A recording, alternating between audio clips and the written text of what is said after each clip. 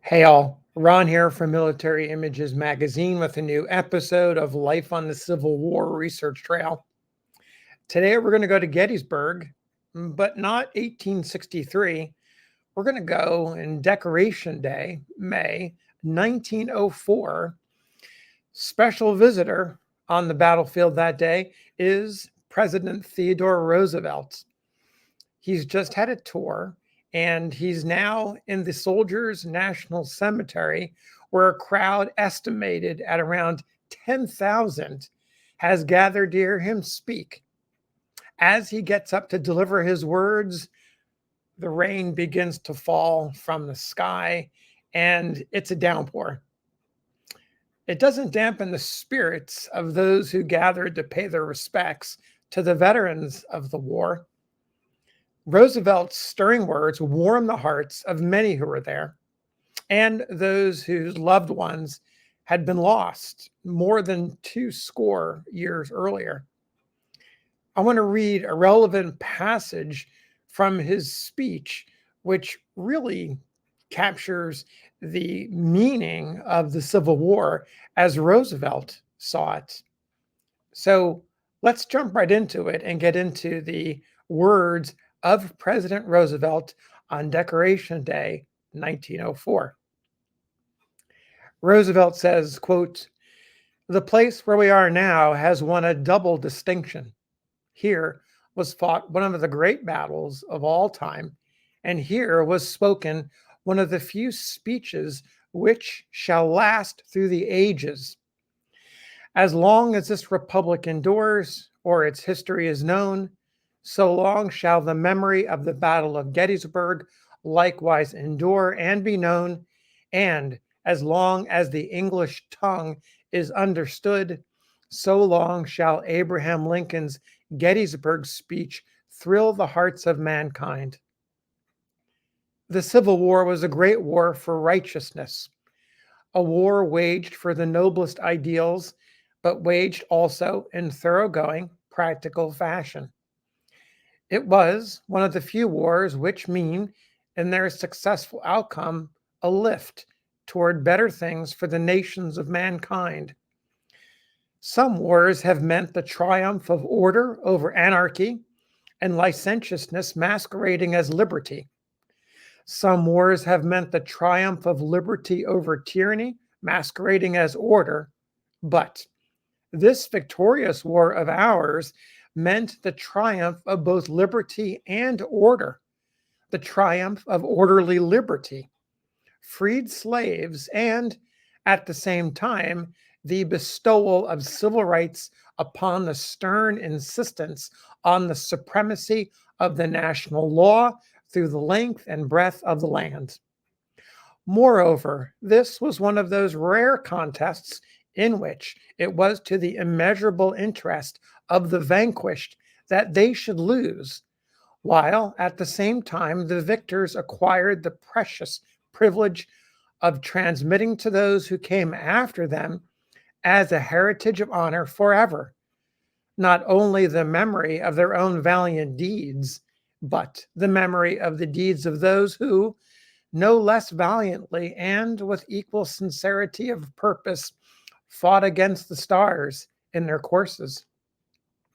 The war left to us all, as fellow countrymen, as brothers, the right to rejoice that the Union has been restored in indestructible shape in a country where slavery no longer mocks the boast of freedom, and also the right to rejoice with exultant pride in the courage, the self sacrifice, and the devotion alike of the men who wore the blue and the men who wore the gray.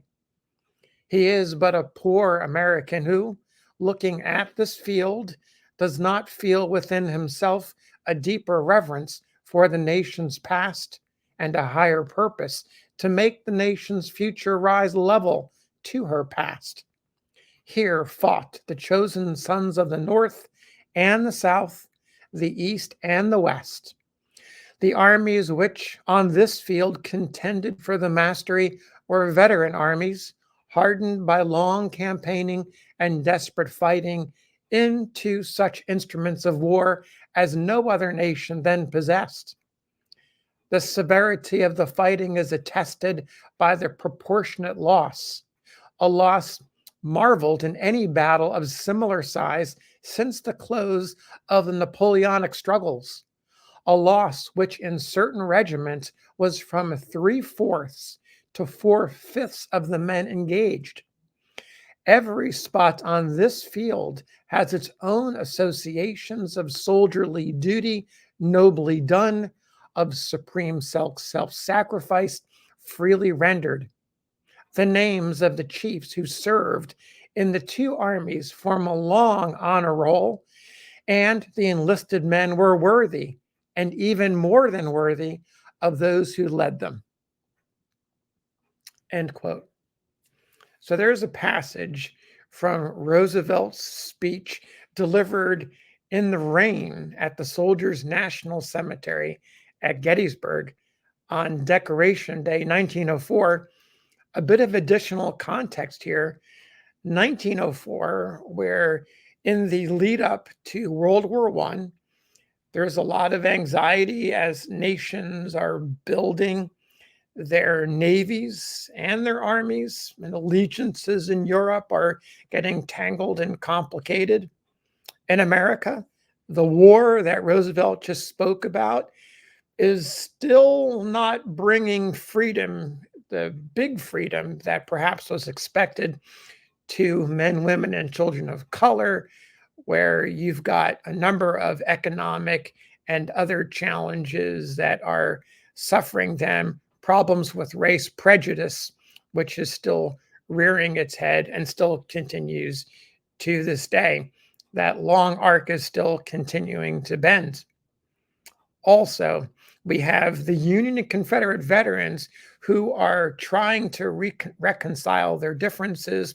They are trying to unify. And here, Roosevelt, seeing the nation coming into its own, growing into the world power that it's going to prove itself to be, realizing that we need to be a nation wholly unified to take on the large role that he sees. And of course, considering Roosevelt and the larger than life figure he was, he had that vision for a big America. And so he needed the North and South, the blue and the gray, to be united, and everyone to be whole, people of color, people of all walks of life. So there you have Roosevelt's view of the Civil War from the battlefield of Gettysburg. Thanks for listening. We'll see you on the next episode of Life on the Civil War Research Trail.